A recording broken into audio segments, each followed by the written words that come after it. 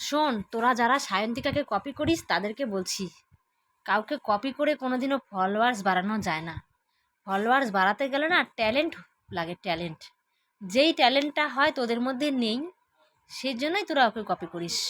ও নাচ ভালো জানে, ও গান ভালো জানে, ও ড্রয়িং ভালো করে, ও আবৃত্তি ভালো জানে, ও গিটার বাজাতে পারে, ও সব কিছুতেই ট্যালেন্টেড, ও হাতের কাজ জানে। সেই জন্যই ওরা তো ফলোয়ার্স, ওর মধ্যে স্মার্টনেস আছে, সেজন্যই ওর এত ফলোয়ার্স। ঠিক আছে, তোরা ওকে কপি করলে কি আর ওর মতো হতে পারবি? ওর মতো হতে গেলে ট্যালেন্টেড হওয়ার চেষ্টা কর। কাউকে কপি করে কোনোদিনও সেরকম হওয়া যায় না।